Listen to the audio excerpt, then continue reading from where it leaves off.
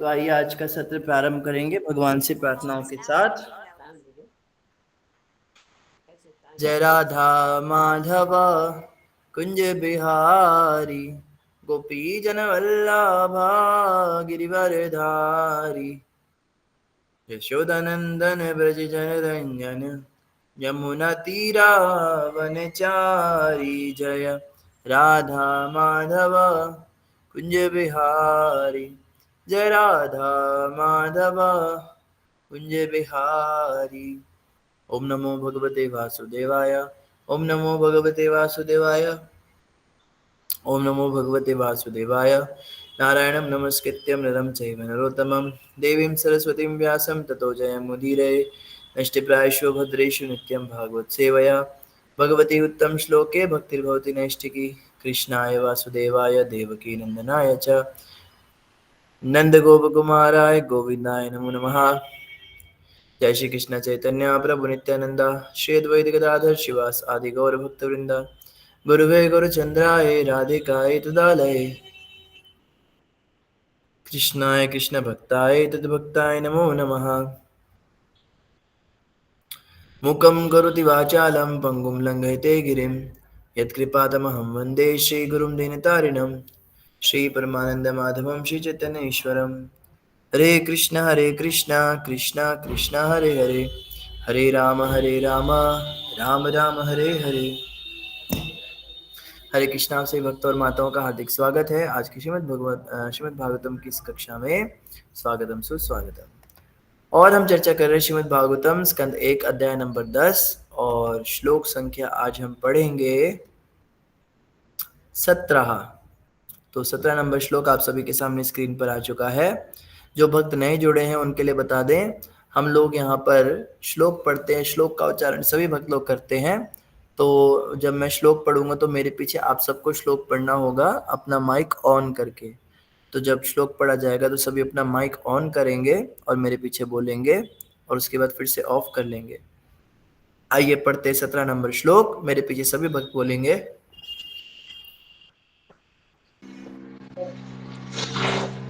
सीतात पत्रम जग्राह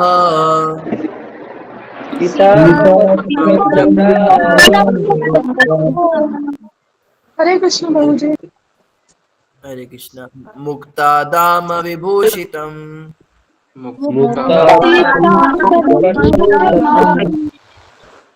रत्नदंडम गुडाकेशः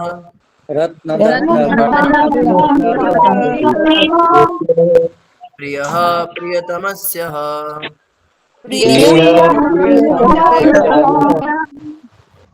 सितात पत्रम जग्राह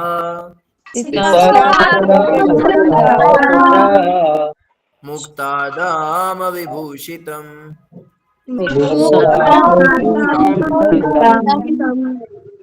रत्नदंडम गुडाकेशः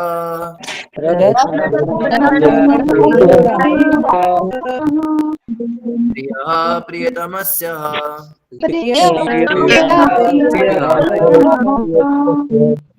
सितात पत्रम जग्राह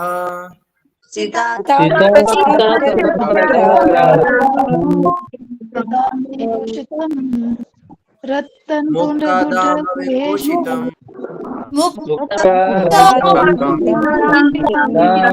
विभूषिता रत्नदंडम गुडाकेशः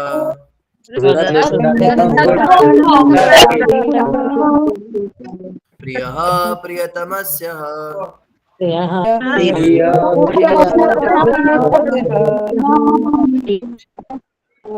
धन्यवाद से का। जो भक्त पढ़ना चाहेंगे वो लोग हैंड रेज करेंगे। जी सुधा माता पढ़िए। हरे कृष्णा प्रभु जी, दंडवत प्रणाम। सभी भक्तों को दंडवत प्रणाम। सीतात पत्रम जग्राह मुक्तादाम विभूषितम रतनदंडम गुणाकेशः प्रियः प्रियतमस्यः। हरे कृष्णा। धन्यवाद। पद्मजा माता जी पढ़ेंगे। हरे कृष्णा। दंडवत प्रणाम। सीतात पत्रम जग्राह मुक्तादाम विभूषितम रत्नदंडम गुणाकेशः प्रियः प्रियतमस्यः। हरे कृष्ण। धन्यवाद। मनीषा माता जी पढ़ेंगे। हरे कृष्णा दंडवत प्रणाम सर्वत्र। सीतातपत्रं जग्राह मुक्तादामविभूषितं रत्नदण्डं गुडाकेश प्रियः प्रियतमस्य। धन्यवाद। मोतीलाल प्रभु जी पढ़ेंगे। हरे कृष्ण प्रभु जी दंडवत प्रणाम। सीतातपत्रं जग्राह मुक्तधाम विभूषितं रत्नदंडं गुडाकेश प्रिय प्रियतमस्य। हरे कृष्ण। धन्यवाद। आदिनारायण प्रभु जी पढ़ेंगे। हरे कृष्णा धन्यवाद प्रभु जी। सीतापत्रं जग्राह मुक्तादाम विभूषितं रत्नदंडं गुडाकेश प्रियः प्रियतमस्य। धन्यवाद प्रभु जी। धन्यवाद। रेखा पेंडेले माता जी पढ़ेंगे। हरे कृष्ण प्रभु जी धन्यवाद। सीतातपत्रं जग्राह मुक्तादाम विभूषितं रत्नदण्डं गुडाकेशः प्रियः प्रियतमस्य। हरे कृष्ण। धन्यवाद। मनाली माता जी पढ़ेंगे। हरे कृष्णा प्रभु जी दंडवत प्रणाम सभी भक्तों को दंडवत प्रणाम। सीतातपत्रं जग्राह मुक्तदा विभूषितं रत्नदण्डं गुडाकेश प्रियः प्रियतमस्य। हरे कृष्ण। धन्यवाद। सुनीति माता जी पढ़ेंगे। हरे कृष्ण प्रभु जी दंडवत प्रणाम सभी भक्तों के चरणों में दंडवत प्रणाम। सीतातपत्रं जग्राह मुक्तादाम विभूषितं रत्नदण्डं गुडाकेशः प्रियः प्रियतमस्य। हरे कृष्ण। धन्यवाद माता जी। धर्मराज प्रभु पढ़ेंगे। हरे कृष्ण प्रभु जी दंडवत प्रणाम सभी को दंडवत प्रणाम।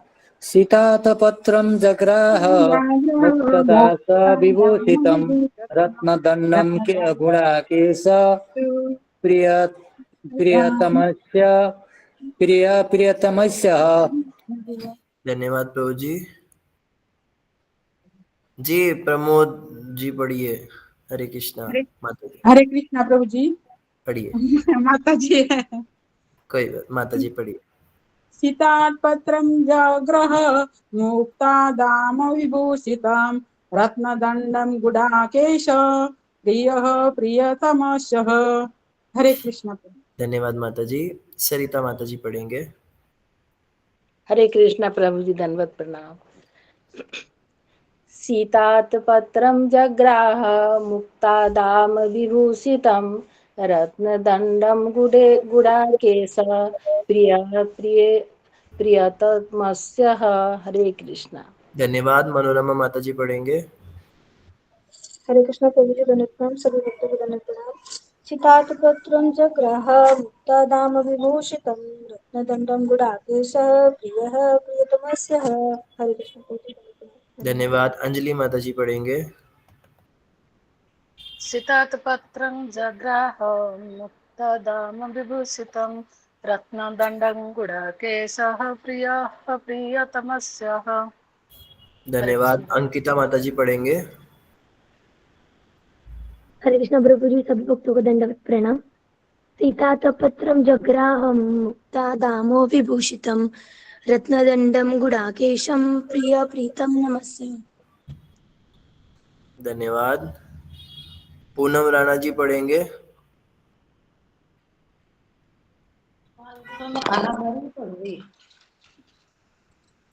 जी खाना खा रही हैं आप? धन्यवाद। प्रेम सेन प्रभु जी पढ़ेंगे।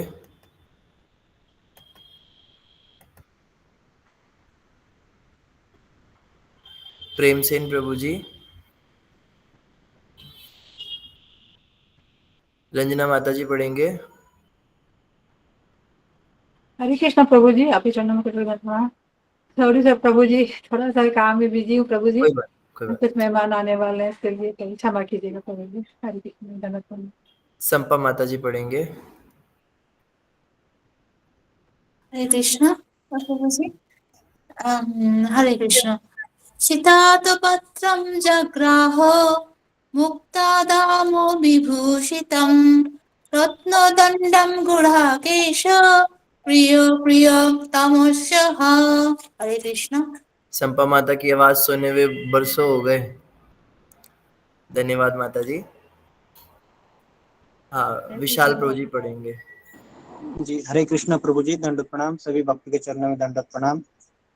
सीतात्पत्रं जग्राह मुक्ता धाम विभूषितं रत्नदंडं गुडाकेशः प्रियः प्रियतमस्यः।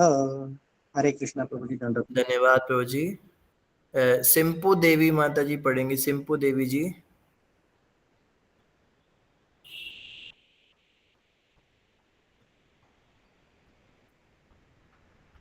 ठीक है, सोनाली माता जी पढ़ेंगे।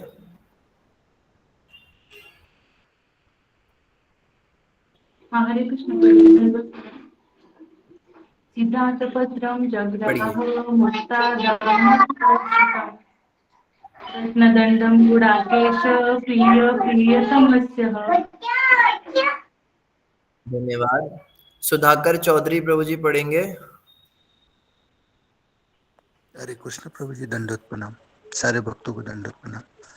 सीतातपत्रं जग्राह मुक्तादाम विभूषितं रत्नदंडं गुडाकेश प्रियः प्रियतमस्यः। हरे कृष्ण प्रभु, दंडवत। धन्यवाद प्रभु जी। सुनीता ठाकुर माता जी पढ़ेंगे।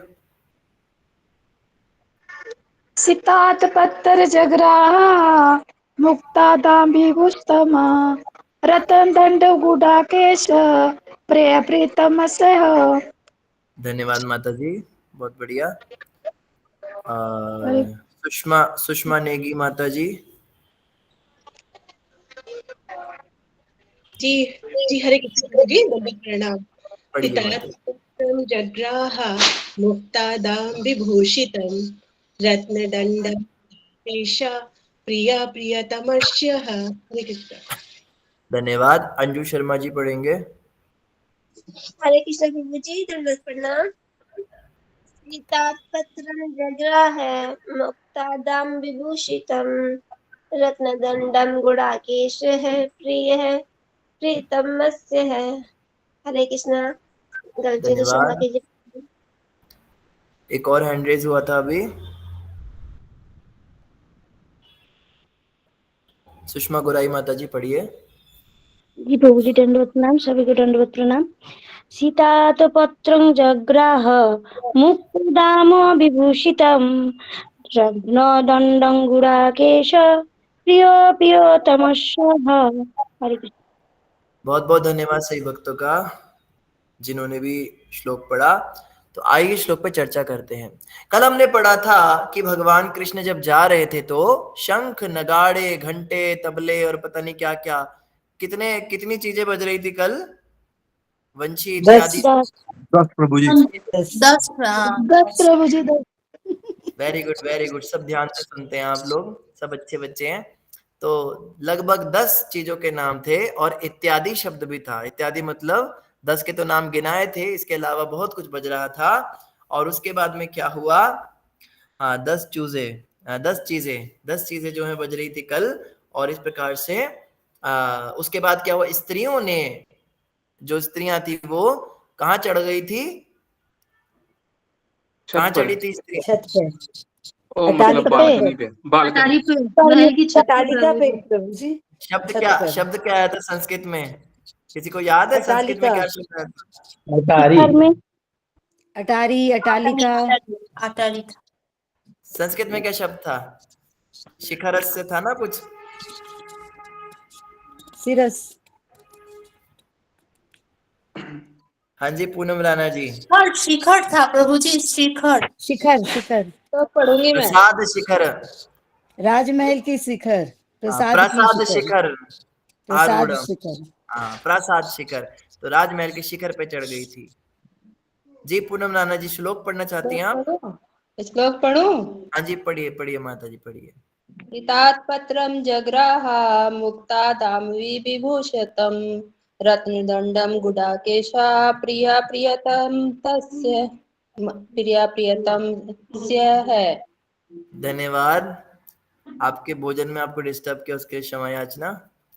तो कल जो है वो स्त्रियां कहाँ चढ़ गई थी, अटारी पर चढ़ गई थी अपनी प्रसाद शिखर। और वहां से उन्होंने क्या किया, वृष्टि करी, कुसुम की फूलों की वर्षा करी। भगवान कृष्ण पर और बड़ी प्रेम भरी दृष्टि से भगवान को देखा और शर्म से लजाती हुई मुस्कुराने लगी थी। और आज के श्लोक में क्या हो रहा है? सीतात पत्रम। सीतात पत्रम का अर्थ यहां पे बताया सित आत पत्रम। तो सित आत पत्रम का मतलब होता है सुखद छाया, छाता। तो छाता का मतलब होता है, पहले जमाने में जब राजा चलते थे तो सिर पे छाता तान दिया जाता था। छाता जरूरी नहीं है कि धूप से बचाने के लिए या बरसात से बचाने के लिए होता था, वो एक राजसी वैभव जिसको छत्र कहते थे, छत्र तान देते थे। आज भी आप देखते हैं तो बड़े बड़े जैसे साउथ इंडिया में भगवान के जब पालकियां निकलती हैं तो छत्र पकड़ के एक व्यक्ति चलता है लकड़ी का, या जैसे राजा महाराजा निकलते थे या दूल्हे राजा निकलते हैं, दूल्हे राजा पे भी छत्र पकड़े जाते थे पहले, अब तो इसका ट्रेंड कम हो रहा है। घोड़ी पे बैठते थे तो छत्र पकड़ के एक व्यक्ति चलता था। तो एक राजसी वैभव का एक कह लीजिए कि उसका एक वो है छत्र पकड़ना प्रतीक है। हाँ, प्रतीक। तो इस प्रकार से एक राजसी वैभव को दर्शाते हुए क्या हुआ? सीतात पत्रम, एक छाता जो था, सुखद छाता, जग्राह, जग्राह मतलब ले लिया। तो एक छाता ले लिया, बढ़िया सा छाता ले लिया।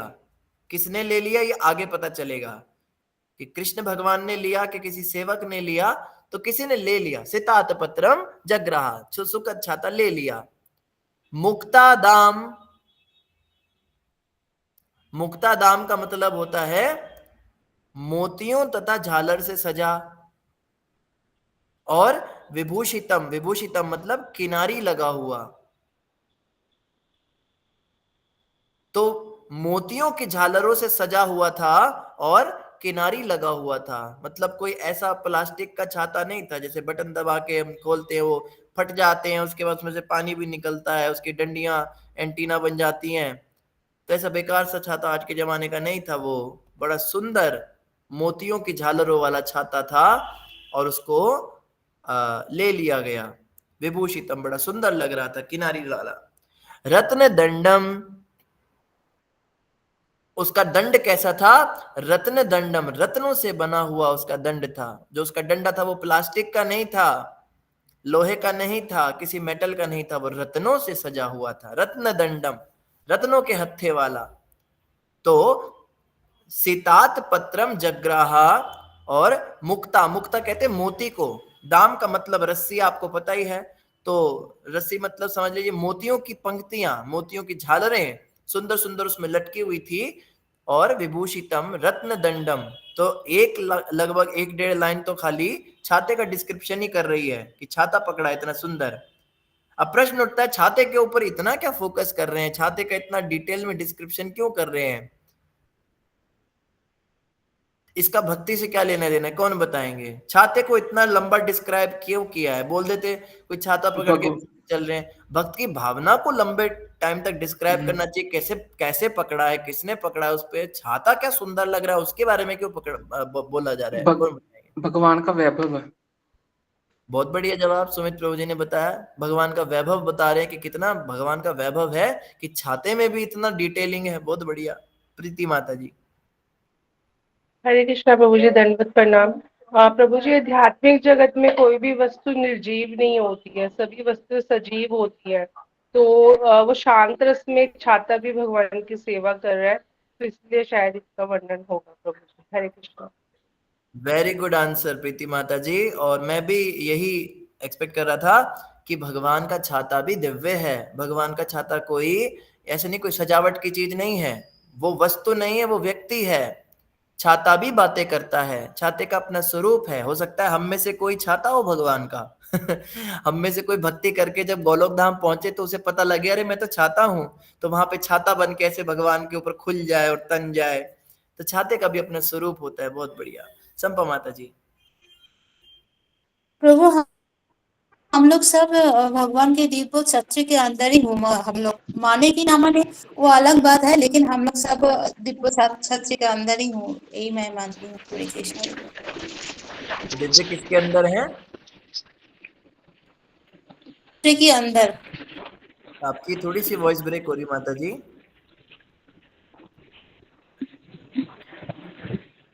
किसी को समझ में आया माता जी ने क्या कहा?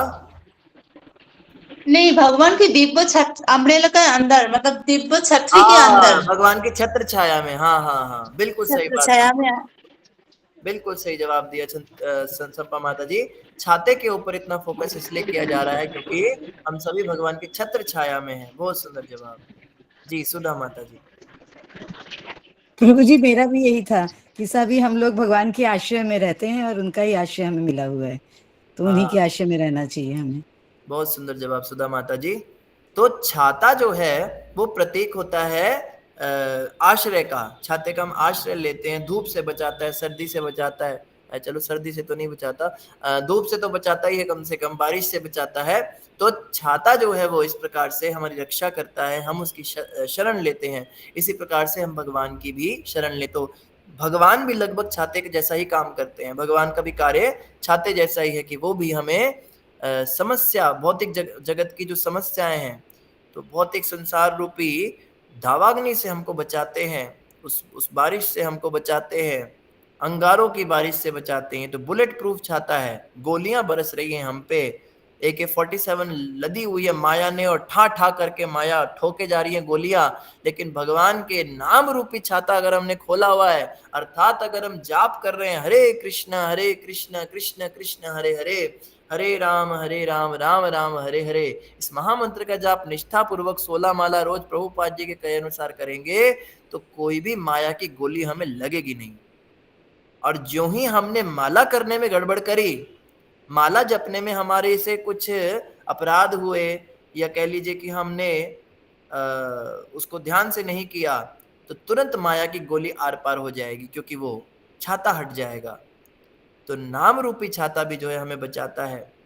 प्रभुपाद जी कहा करते थे, श्रील भक्ति विनोद ठाकुर कहा करते थे, ये भक्ति विनोद ठाकुर जी के शब्द हैं, inattentive chanting is the mother of all offences.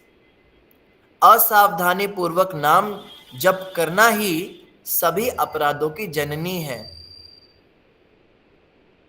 अगर आप में से कोई कहना चाहता है कि प्रभु जी हमसे अपराध बड़े हो रहे हैं, हम क्या करें? समस्त प्रकार के अपराध, कोई भी नाम अपराध, धाम अपराध, वैष्णव निंदा हो रही है, गुरु आज्ञा पालन नहीं हो रही है, कोई जो है शास्त्रों की आज्ञा का पालन नहीं हो रहा है, 4 नियम टूट रहे हैं, सुबह उठा नहीं जा रहा है, भगवान के विग्रहों के प्रति सेवा में भाव नहीं आ रहा है, हाँ, या धाम के प्रति निष्ठा नहीं हो रही है, या वैष्णवों के प्रति बहुत अपराध हो रहा है, हर प्रकार के अपराध का एकमात्र कारण है असावधानी पूर्वक नाम जप करना। ये भक्ति विनोद ठाकुर जी का मत है।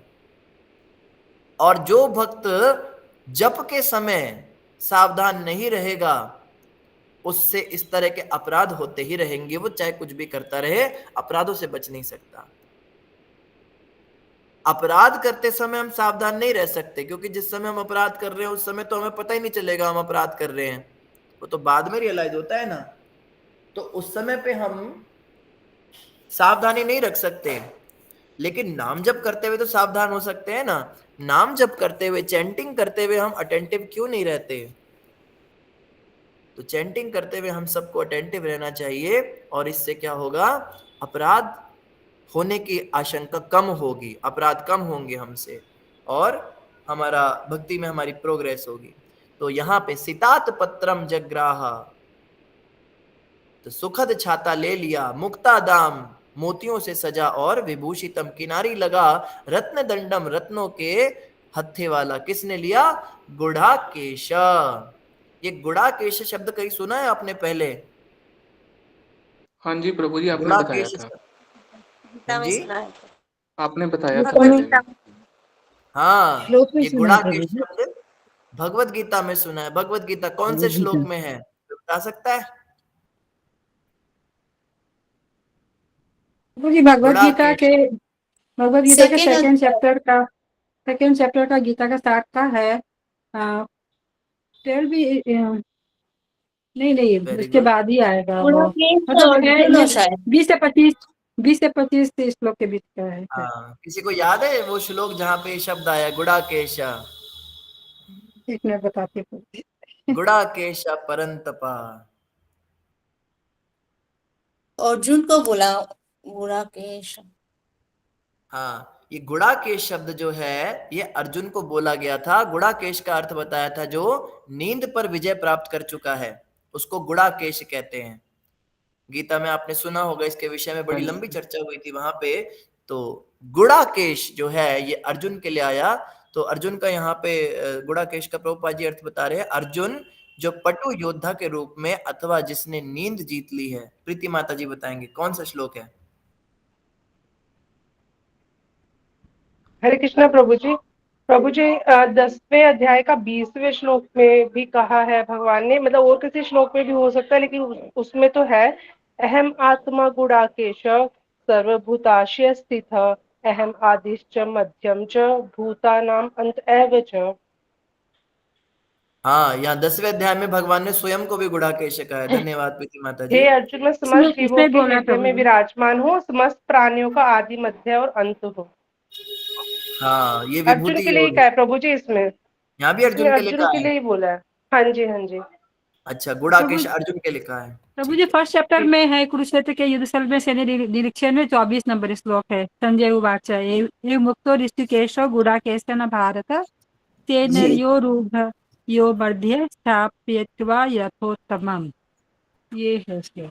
गुड़ाकेश ने कहा कि दोनों सेनाओं के बीच में रथ जाके स्थापित कीजिए। हरे कृष्णा प्रभु जी, अध्याय 2 श्लोक नंबर 9। क्या बात है। एवं मुक्त्वा ऋषिकेश गुड़ाकेश परन्तपः नायोत्स इति गोविंद मुक्त्वा तूष्णीं बभूव वह। इसका अनुवाद जी प्रभु जी बताते हैं।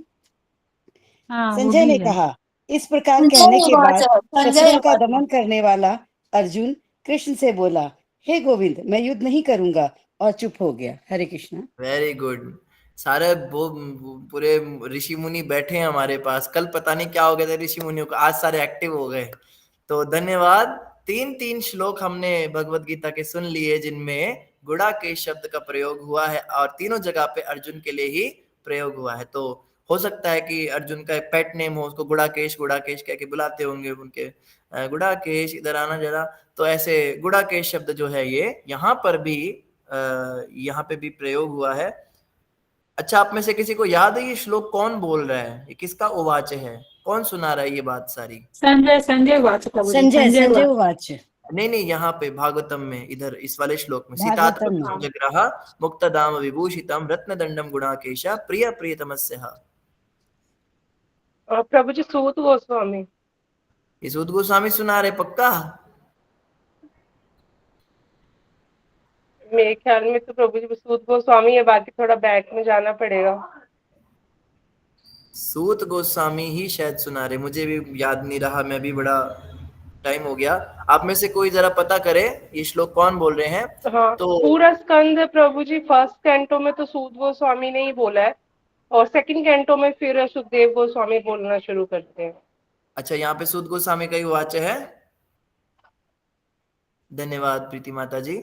तो सूत गोस्वामी भी यहाँ पे अर्जुन को गुड़ाकेश कहकर ही बुला रहे हैं, क्योंकि अर्जुन ने एक ऐसा कार्य किया था जो नामुमकिन है। बचपन में अर्जुन जो है वो क्या करते थे, सब बच्चे सो जाते थे गुरुकुल के और अर्जुन प्रैक्टिस किया करते थे। तो अर्जुन ने दिन में भी सेवा करनी और रात में प्रैक्टिस करनी, निद्रा पे विजय बचपन में ही पाली थी।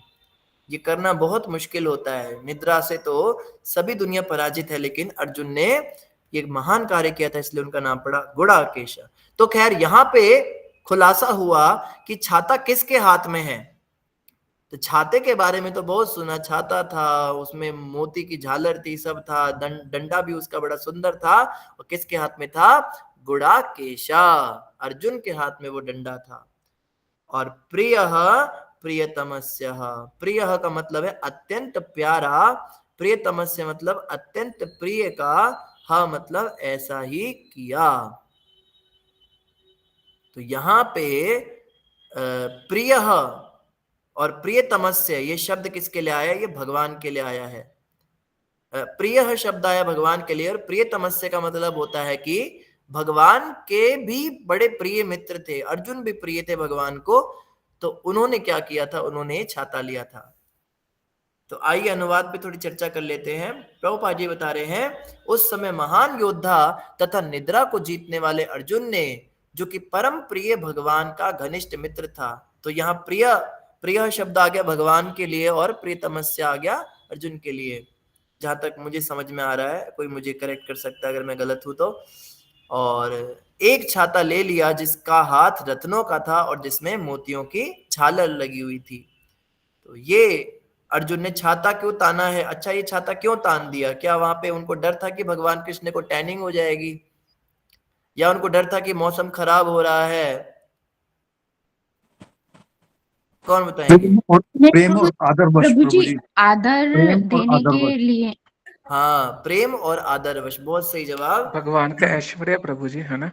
भगवान को आदर देने के लिए, प्रभु जी सम्मान जी। दिखाने के लिए, सम्मान सम्मान सम्मान जताने के लिए भगवान को, तो भगवान का वैभव बढ़ाने के लिए। एक्चुअली में कोई नौकर से भी कहा जा सकता था, वैसे तो नौकर ही काम करते थे, ये कहार होते थे, दास होते थे, उनसे भी छाता तनवाया जा सकता था। लेकिन अर्जुन ने सोचा कि परम भगवान जा रहे हैं, तो एक होता है ना कि दोस्त की, एक जो मित्र होता है उसकी इच्छा होती है कि मैं अपने अपने मित्र का कार्य स्वयं करूं। तो जैसे गाड़ी का दरवाजा खोलना अपने दोस्त के लिए, ये एक प्रेम का भाव ज्यादा है। यहाँ पे सम्मान और ऐश्वर्य तो है ही, लेकिन अर्जुन ने ये क्यों किया? सम्मान ऐश्वर्य तो किसी नौकर चाकर से भी दिखवा सकते थे, लेकिन प्रेम इतना ज्यादा था। और ये प्रेम जो है ये परस्पर है। पहले कृष्ण ने इतना प्रेम दिखाया कि उनके ड्राइवर बन गए, उनका रथ चलाने वाले बन गए, और अर्जुन अब प्रेम दिखाने पे आए। अब अर्जुन की बारी आई तो वो भी छाता तान के कहते मैं आपका नौकर हूं। तो भक्त और भगवान के बीच ऐसा ही संबंध होता है, दोनों ही एक दूसरे की सेवा करना चाहते हैं। भगवान ऐसा नहीं है कि भगवान बैठे रहते हैं हाँ मेरी सेवा करो, भगवान अपने भक्तों की सेवा करने के लिए दौड़ते हैं, और भक्त कहते प्रभु आपसे सेवा तो हम कभी नहीं लेंगे, हमें तो अपराध लगेगा, हम आपकी सेवा करेंगे। तो भगवान कहते नहीं नहीं, तुम क्यों मेरी सेवा करते हो, मैं तो तुम्हारा दास हूं। तो इस प्रकार से भक्त और भगवान के बीच में एक स्पर्धा चलती, कंपटीशन चलता है, कौन किसकी ज्यादा सेवा कर जाएगा। और इस संसार में भी कंपटीशन चलता है कि कौन किसको नीचे झुकाएगा, कौन किसकी आवाज दबाएगा, कौन किसको नीचा दिखाएगा। बकायदा प्रोग्राम्स होते हैं आजकल, तो ऐसे ऐसे सीरियल्स आते हैं टीवी पे, बच्चे देखते हैं उन्हें, बेइज्जती करने वाले। उसमें वो ये सारे जो आजकल के युवा लोग हैं, लड़के लड़कियां, जो जो मतलब बड़ी अच्छे से बेइज्जती कर सकते हैं दूसरे की, उन्हें गाली गलौज करते हैं, उनके परिवार के बारे में उल्टा सीधा बोलते हैं, और जो ज्यादा बेइज्जती करता है उसको मेडल मिलता है। मतलब इस तरह की चीजें यहाँ पे एक बतौर एक टीवी सीरियल के रूप में दिखाई जाती है। मुझे एक डिवोटी दिखा रहा था, प्रभु जी देखो ये देखते हैं आजकल के बच्चे। तो पहले एक आया, उसने दूसरों की बेइज्जती करी, फिर वो जाके बैठा, फिर दूसरा आया, तो उन्हें कितनों को तो जेल हो गई इस चक्कर में, उन पे FIR हो जाती है, वो कुछ अभद्र बोल जाते हैं। तो यहाँ इस भौतिक जगत में हम क्या देखते हैं, एक दूसरे को नीचा दिखाने में कंपटीशन है, लेकिन भगवान के धाम में क्या है, आदर देने में कंपटीशन होता है, कौन किसको ज्यादा आदर देगा। और ये स्पर्धा भक्तों में भी परस्पर होती है, एक भक्त दूसरे भक्त की सेवा करता है, दूसरा कहते नहीं नहीं मैं आपकी सेवा करूंगा। ये वैकुंठ का भाव है, एक कुंठ जगत का भाव है, एक वैकुंठ जगत का भाव है। अब हम अपने अंदर टटोले कि हमारे अंदर क्या भाव है, क्या हमारे अंदर ये भाव है कि हम दूसरों को आदर दे, दूसरों की सेवा करें। और आप करना भी चाहेंगे तो इस संसार के लोग आपको मतलब उस तरह का बनने नहीं देंगे, वो तो सेवा लेते जाएंगे, आप किस किस की सेवा करेंगे लोग कहेंगे बड़ा अच्छा है तो। और जो इस तरह के होते हैं ना सेवा करने वाले भाव के, उनको कहते तो बड़ा सीधा है, ये तो बड़ा भोला है, ये तो बड़ी सीधी लड़की है आपकी, ये तो बड़े बेवकूफ हैं, देखो कैसा बेवकूफ सा है सबको। जैसे हमें याद है शादियों में वो होते हैं ना, कुछ बच्चे होते हैं जो सब बड़ों को सर्व ही कर रहे होते हैं, बुआ जी आपको एक खिला देता हूँ, दादी जी आपको क्या चाहिए, वो बच्चे इधर उधर भाग रहे होते हैं, खिला दो खिला दो। तो माँ बाप कहते कैसा पागल है ये, अपने खाने का इसको नहीं दूसरों को खिलाया जा रहा है। तो इस जगत के अंदर इसको एक अवगुण माना जाता है, ये सेवा की भावना को, ये दूसरों को आदर देने की भावना को। लेकिन ये वैकुंठ जगत का स्वभाव है, ये वैकुंठ अगर किसी के अंदर ऐसा आपको दिखता है, आप समझ जाइए इसके अंदर ये वैकुंठ जाने वाला गुण है। जी प्रीति माता जी। हरे कृष्णा प्रभु जी वो आप बोल रहे थे ना सूत उवाच, तो सेकंड श्लोक में ही प्रभु जी लिखा हुआ है, इसी चैप्टर के सेकंड श्लोक में सूत उवाच है, तो इसी की कॉन्टिन्यूशन में अब हम 17th श्लोक पढ़ रहे हैं। तो ये सारे सूत गोस्वामी ही बोल रहे हैं श्लोक। ये सब सूत गोस्वामी के द्वारा है। धन्यवाद प्रीति माता जी। तो सूत गोस्वामी ने यहाँ पे अर्जुन को गुड़ाकेश कहा है और भगवान कृष्ण ने भी अर्जुन को भगवत गीता में गुड़ाकेश कहा है। तो इस प्रकार से अर्जुन की यहाँ पे हमें एक बड़ी अच्छी क्वालिटी पता चलती है। आइए तात्पर्य पे चर्चा कर लेते हैं। जगत गुरु शिला प्रभुपाद की जय। तो तात्पर्य छोटा ही है, ध्यान से सुनेंगे। प्रभुपाद जी बता रहे विलासपूर्ण राजसी उत्सवों में सोना, रत्न, मोती तथा मूल्यवान पत्थरों का प्रयोग होता था। ये सब प्रकृति के उपहार हैं और भगवान के आदेश से पर्वतों, समुद्रों द्वारा उत्पन्न किए जाते हैं और तब वे उत्पन्न होते हैं जब मनुष्य आवश्यकता के नाम पर व्यर्थ वस्तुओं के निर्मित करने में अपना अमूल्य समय नहीं गवाता।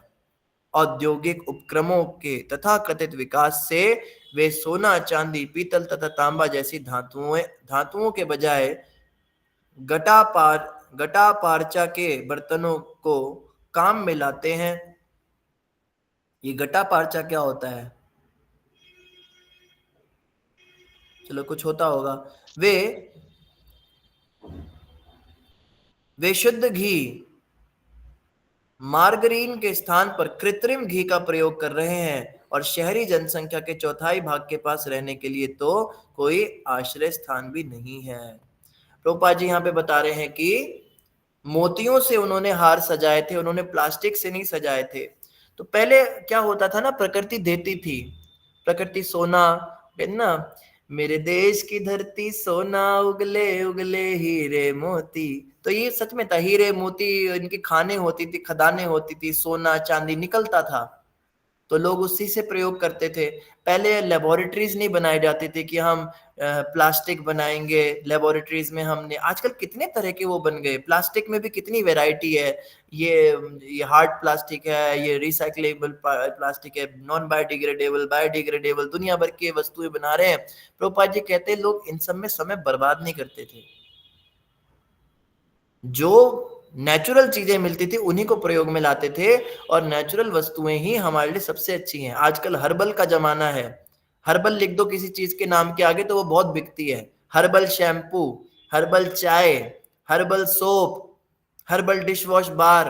तो हर्बल का मतलब क्या होता है कि ये लेबोरेटरी में बनाई गई चीजों से नहीं बना है, ये प्राकृतिक वस्तुओं से निर्मित हुआ है। तो लोगों में अब जागृति आ रही है, क्योंकि जैसे ही लेबोरेटरीज के अंदर ये जो बनाया इन्होंने, साइंटिस्ट लोगों ने, ये सोचते थे हम बड़े होशियार हैं, हम बड़े 30 मार खान हैं, हमारे में तो बड़ा दिमाग है।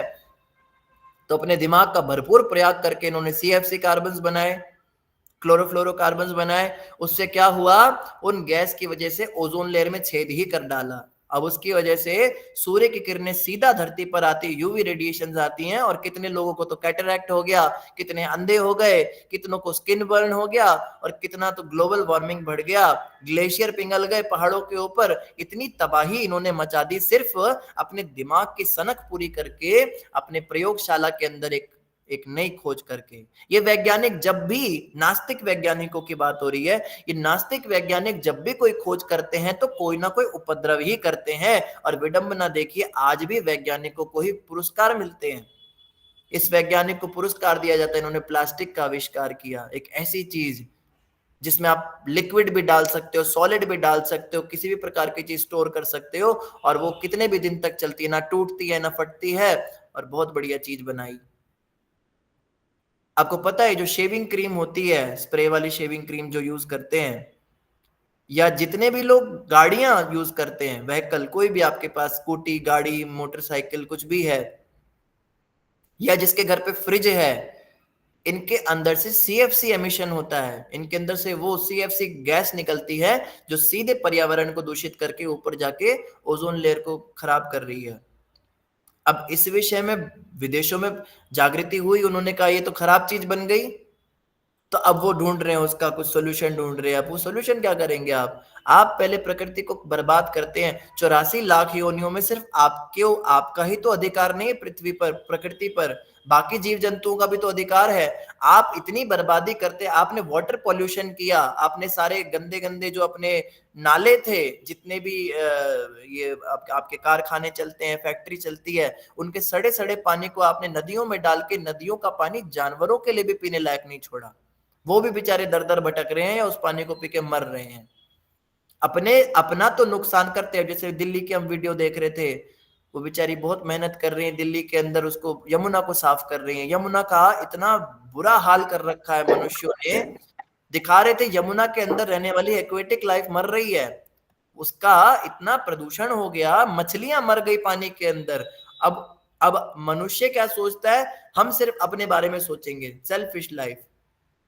और एयर पोल्यूशन इतना हो गया कि दिल्ली में सिर्फ आप रह रहे हो और सांस ले रहे हो तो एक दिन में आप 12 सिगरेट पीने जितना धुआं अपने अंदर ले रहे हो। इतना तो पोल्यूशन, आपको अलग से सिगरेट पीने की जरूरत नहीं है अपनी बर्बादी करने के लिए। उधर लाइफ एक्सपेक्टेंसी कम होती जा रही है, कूड़े का तो पहाड़ बना दिया उन लोगों ने।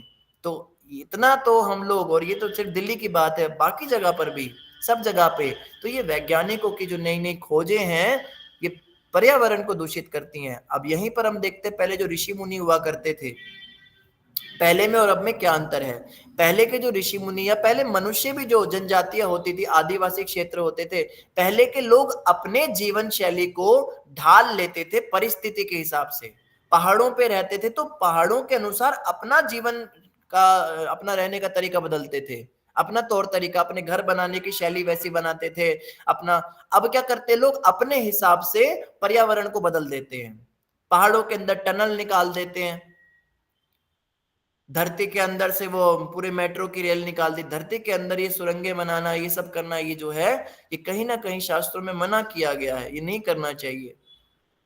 बहुत ज्यादा बड़े स्तर पे। और पहाड़ों को तो बताया पहाड़ योनि होती है, पहाड़ जीवित होते हैं, पता है आपको। पहाड़ भी एक योनि है। पहाड़ बड़े होते हैं, बढ़ते हैं, उनमें जान होती है।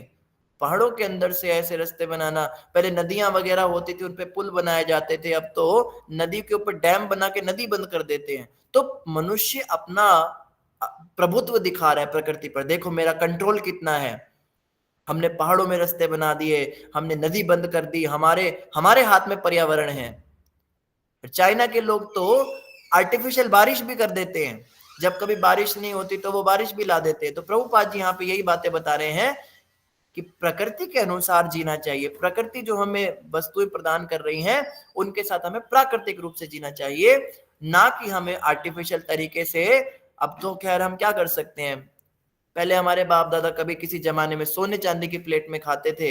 ये लोग कहते हैं एडवांसमेंट का जमाना है, हमने एडवांसमेंट की है। पता है क्या एडवांसमेंट की? सोने चांदी से हम धातु पे आए, धातु के अंदर हम पहले तांबे पे आए, फिर पीतल पे आए, उसके बाद में स्टील की प्लेटों में हमने खाया, स्टील भी चली गई, अब हम कागज की प्लेटों में खा रहे हैं। ये एडवांसमेंट है। और कागज से भी नीचे चले गए, वो थर्माकोल की प्लेटों में खाते हैं। ये एडवांसमेंट हुआ है हमारा। पहले जो रसोई घर होते थे, रसोई घर में पीतल के तांबे के ही बर्तन होते थे। अब पीतल तांबा तो किसी के घर में दिख जाए तो लगता है बहुत अमीर व्यक्ति है। गोबर की लिपाई करके, बेशक हमारे कमरे छोटे होते थे, रसोई घर बड़े कच्चे होते थे, पक्के नहीं बने होते थे, उनमें टाइलें नहीं होती थी। टाइलों को क्या चाटेंगे आप? जिस बर्तन में खा रहे हैं कम से कम वो तो अच्छा बर्तन होता था, उसमें तो कोई अच्छा मेटल होता था। आपने कमरों को तो बड़ा सजा दिया, सजावट पे तो बहुत आपने ध्यान दिया, लेकिन जो खाने की चीज है वो आप कागज की प्लेट लिया है अपने घर में। तो ये शौच क्रिया घर के बाहर जाकर लोग करते थे और खाना खाने के लिए घर आते थे। अब लोग खाना खाने के लिए बाहर जाते हैं और लैट्रिन करने घर के अंदर जाते हैं, उसको निकालने के लिए घर में आते हैं। ये एडवांसमेंट की है इन्होंने, एडवांसमेंट का जमाना है। और एडवांसमेंट क्या की है इन्होंने? पहले परिवार संयुक्त होते थे, फैमिली अटैच होती थी और टॉयलेट बाथरूम घर के बाहर होते थे। अभी क्या होता है, टॉयलेट बाथरूम अटैच होते हैं और फैमिली घर के बाहर हो जाती है। ये इनका एडवांसमेंट का जमाना है। तो एडवांसमेंट के नाम पे कैसे हमें मूर्ख बनाया जा रहा है, हमें पागल बनाया जा रहा है। शरीर को ढकने के लिए कपड़े पहले पहने जाते थे, अंगों को ढकने के लिए, अब अंगों को दिखाने के लिए कपड़े पहने जाते हैं। थोड़ा इधर कट मार देते हैं, थोड़ा इधर कट मार देते हैं, कोई थोड़ा पैरों में कट मार देते हैं कि मेरे शरीर के अंग दिखाई दें। कपड़े तो पहने ही इसलिए जाते कि शरीर को ढका जाए, उसका भी जनाजा निकल गया है। तो हर तरह से आप देखें एडवांसमेंट कुछ नहीं हो रही है। प्रभुपाद जी ने यही बता रहे हैं, प्रभुपाद जी इस आज के अध्याय में, आज के श्लोक में, ये औद्योगिक उपक्रमों के तथाकथित विकास से सोना चांदी पीतल तांबा जैसी धातुओं की बजाय ये घटापाचक के बर्तनों से काम लाते हैं आजकल के लोग। तो भगवान ने हमें पर्वत समुद्र नदियां दी हैं, असली मोती पहनो, असली मोती की जगह वो प्लास्टिक के मोतियों की माला पहनते हैं, 2 दिन बाद वो काले हो जाते हैं। हर चीज नकली, घी के अंदर भी मिलावट प्रभुपाद जी बता रहे हैं। देसी घी होता था गाय का, वो प्रयोग में आता था, शरीर एकदम बढ़िया, क्योंकि प्राकृतिक रूप से गाय जो दूध दे रही है उससे जो घी निकल रहा है वो प्राकृतिक है।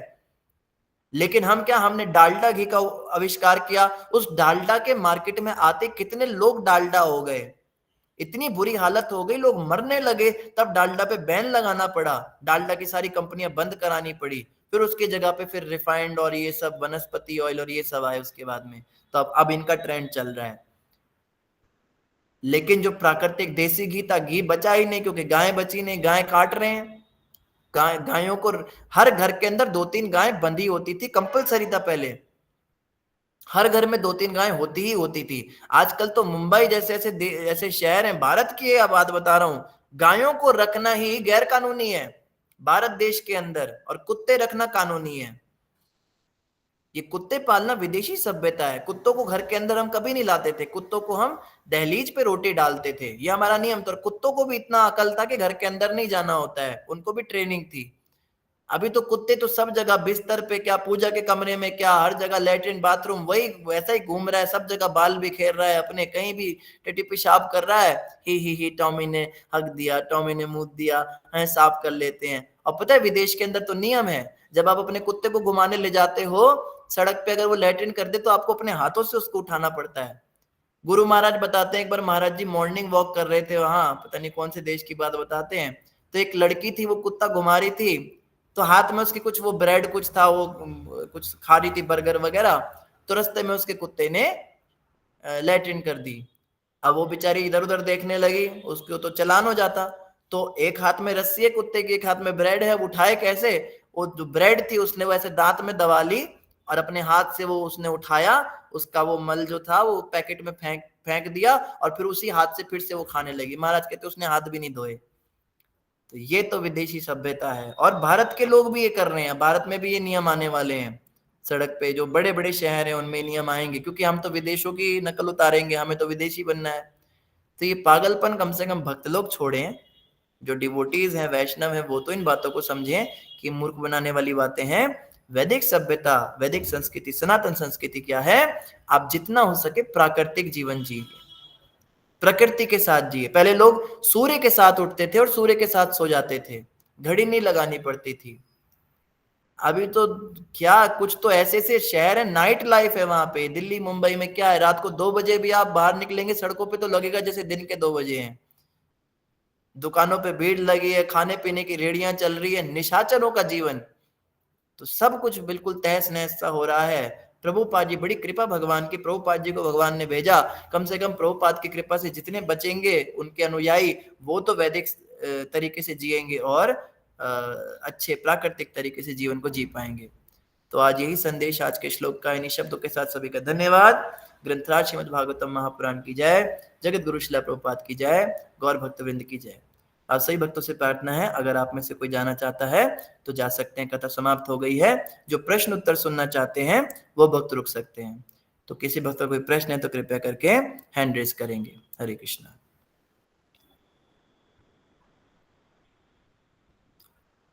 ठीक है, आज की कथा से कोई विशेष प्रश्न था भी नहीं। आदिनारायण प्रभु जी। हरे कृष्णा। मैं सभी भक्तों के चरणों में विनम्र निवेदन करता हूँ कि जब क्लास हो रही हो कृपया करके अपना वीडियो ऑन रखिएगा।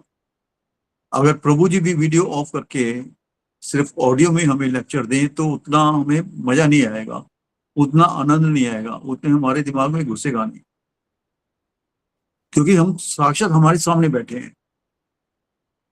और जब भक्त लोग, मैं बार बार रिक्वेस्ट करता हूँ, जब भक्त लोग वीडियो ऑफ कर देते हैं, पता नहीं उसपे क्या मिलता है उन्हें, पता नहीं उनका अहम है अंदर, भाई मैं वीडियो क्यों ऑन करूं, ये कैसे कर दूं, उनका अपना अहम प्रभावित होता है। तो जब आमने सामने बैठते हैं तो भक्ति का प्रभाव ज्यादा पड़ता है।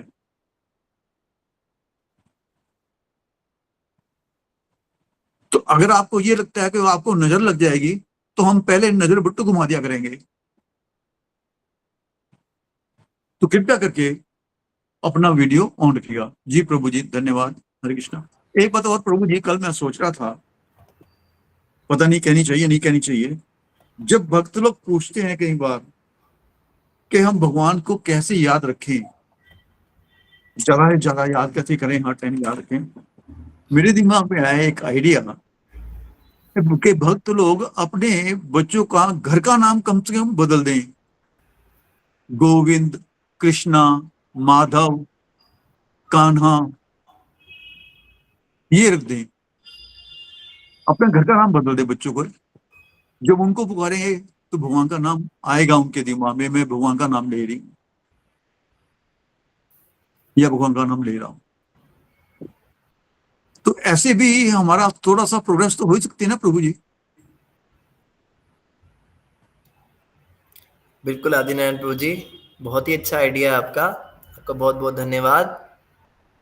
और पहले के जमाने के लोग ऐसा ही करते थे, घर में अपने बच्चों के नाम भगवान पे रखते थे, तो दिन भर भगवान का नाम निकलता रहता था, माला करे ना करे। अब बच्चे को तो बुलाना है बार बार, अभी टिन्नी टिन्नी बुलाएगी, टिन्नी खाना खा ले, टिन्नी आ जा, टिन्नी टीवी देख ले, टिन्नी क्या पढ़ाई की, तो टिन्नी टिन्नी जपने से कुछ नहीं होगा।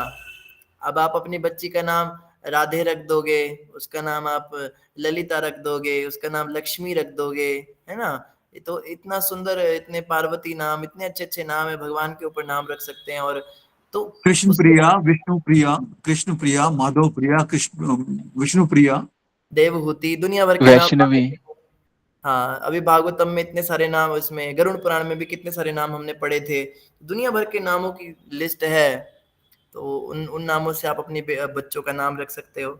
आप कहोगे कि हमारे बच्चों के तो नाम हम रख चुके हैं और स्कूल में नाम हमने रख दिया है बर्थ सर्टिफिकेट पे, अब वो तो कानूनी चेंज होगा नहीं। तो घर में प्यार से आप उनको तो कुछ और ही बुला सकते हो, घर पे प्यार से कुछ और बुलाना शुरू कर दो। प्रभु जी, बच्चे ही नहीं सुनेंगे ये नाम सुनकर। बच्चे सुनेंगे नहीं इस नाम को। और बच्चे जिनके घर में बच्चे ही नहीं है वो किनको बुलाएं सर प्रभु जी? वो अपने पति को बुलाएं। हाँ, मेरे प्रभु जी का नाम भी मुरलीधर ही है, पर हम बुलाते नहीं है उनको, क्योंकि उनका नाम स्कूल का चेंज कर दिया था, तो सुधीर रख दिया था। तो हम मुरलीधर ही बुलाएंगे, नाम ही नहीं लेते सर हम प्रभु जी, हम तो पतियों का नाम ही नहीं लेते पति का। हरे कृष्ण माता जी, बंसीधर बुलाइए, मुरलीधर मत बुलाइए, बंसीधर बुलाइए। बंसीधर नाम तो लेना नहीं है, कैसे बुलाएं?